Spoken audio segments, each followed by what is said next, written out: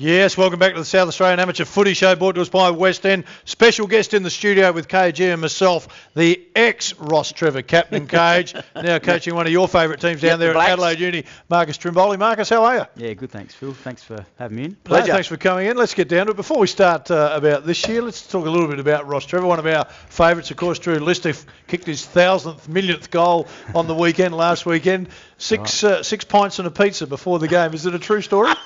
Certainly. Yeah, Drew always said that being working early mornings, he gets up early every day for work, and he finds it hard to sleep in Saturday morning. So his excuse was a few beers Friday night helps me sleep in Saturday mornings. Great preparation for footy. So I guess you can't argue with it because he kicks enough goals. That's right. Although he might have had a few teamates with him last Friday night because they struggled last week. So struggled big time. Yeah.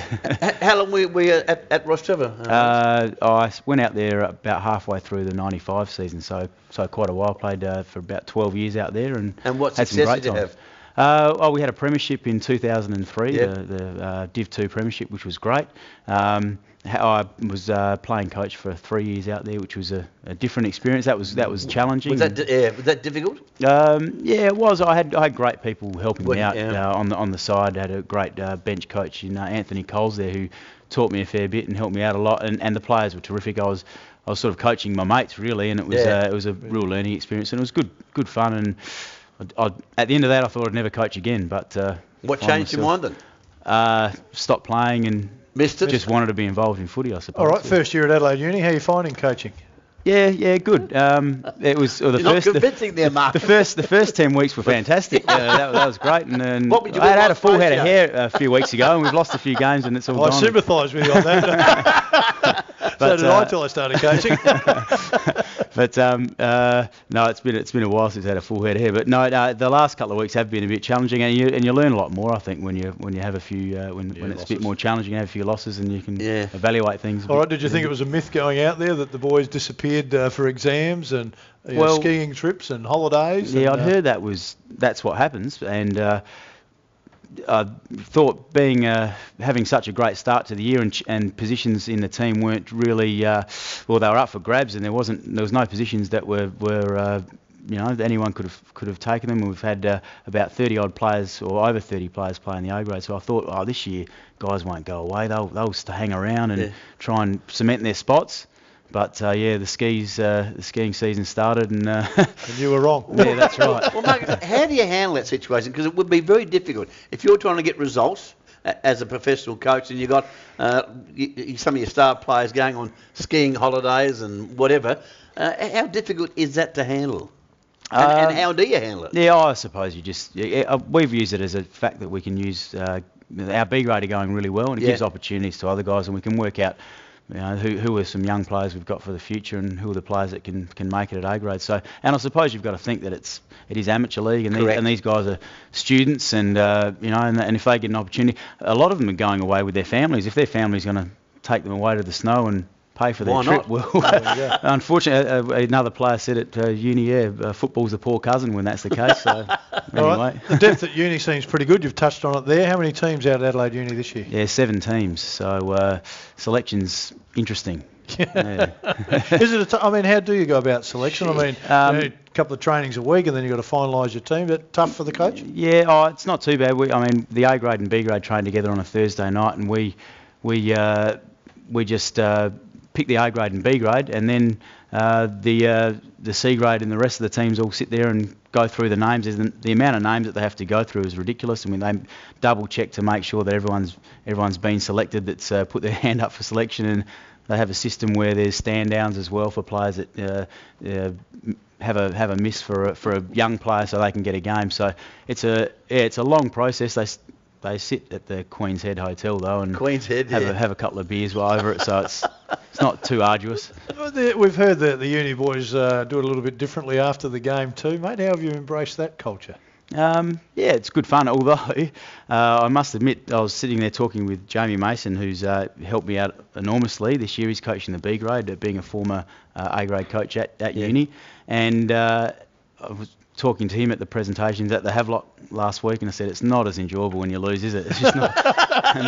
And the boys seem to be having a good time, but it's not quite as enjoyable for the coaches. Marcus, what do the boys need to do, and yourself, to get back into that winning frame of mind which you had at the start of the season? I think it's just settling the side down a little bit. We've got 4 games to go, so there's still a few lads away skiing this week who are back for Saturday, but it's a matter of working out our best side, and hopefully, obviously injuries play a part as well. We've just got to hope that everyone's fit and firing. Yeah, it's a famous club, Mark, isn't it? Uni. Oh, you walk into the change rooms and they've got a huge honour board there that's got the numbers back, over 100 years, and just there's so many famous names on the board there too. And it's a beautiful little ground too, University. Oh, fantastic! Really, having really played good. cricket there, it's just a fantastic environment. Who you got this weekend? We're playing Athelston out at Athelston this weekend, so it's always a challenge out there. Yep. Yeah. Tell us about your playing career, Mark. Did you play much footy? I played obviously. Just over 200 games for Rostrevor, which was terrific. Had 200 games, that's a great performance. And I went to school at Rostrevor and played most of my footy there. It's just school footy, and then went out to Sturt after that and played a few years out there. How long did you spend at Sturt? I played a few under-19s and reserves games in '92, and then played a bit of league footy under Hayden Bunton through '93, '94. How did you find that? Yeah, it was good. It was a tough time at the club. There was they were struggling, and Hayden Bunton was trying to reinvigorate the place, and he was a really interesting guy. Because my dad played out there actually. That's right. Yes. Scotty. Yep. And I think it was hard because the senior guys that had been there for a while, they were really, a lot of them were battling for their spots as well, and so there wasn't a lot of help for the younger guys, I suppose, because there was a lot of uncertainty with positions in the team, and it was a tough time, and it's great to see the club get through that. Done well, haven't we? Yeah, that's right. Yeah, but it was that was good, and then went out to Rostrevor and had a great time playing. Over 200 games, that's a great achievement. Yeah, that was good. Yeah, that was not too bad. Might have played more if I had have used Drew's pre-match method. Dare I ask what your method was, Marcus? It wasn't 6 points in the No, it wasn't. No, I tried to look after myself pretty well, and made sure I did everything right. Actually, it's funny, as you get older, you sort of forget about those. So as you get older and you get married and the young kids come along, you sort of forget about, you throw all the superstitions out the window, and things change a little. How many children do you have? Two girls, and another one on the way pretty soon, or at the end of the year. How old are the girls? 2 and 3. Oh, another one on the way. Yeah. Gee, how's your wife going? I've got 3 girls. When you get to 3, the dynamics change. You would not believe. You might as well have 10. That's I'm telling you right now. 2 and 3, and one on the way. Yeah, that's right. Yeah, my wife. Is she talking to you? When she gets the chance, I suppose. When I'm home. Why do you think he's back coaching? Well, that's my next point to you. Yeah. With such a young family, one on the way. How does your wife feel about you sort of doing what you're doing coaching-wise?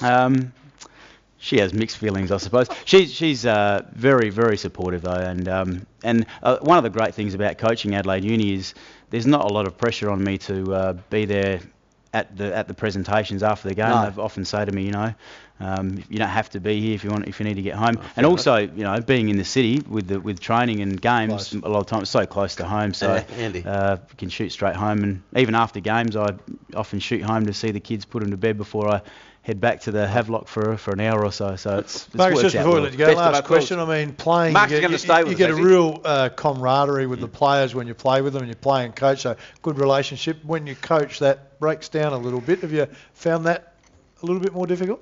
It hasn't been too bad. The thing that I've really enjoyed there is the honesty of the players, and that they're just really, really keen on getting as much feedback as they can. They're asking me for. In fact, the first few weeks when I was writing up some comments for the players, they were often positive comments. A couple of the players came up to me and said, "Can you give me some more criticism? So what can I work on?" So they really want lots of feedback. So that's been great, and good environment then.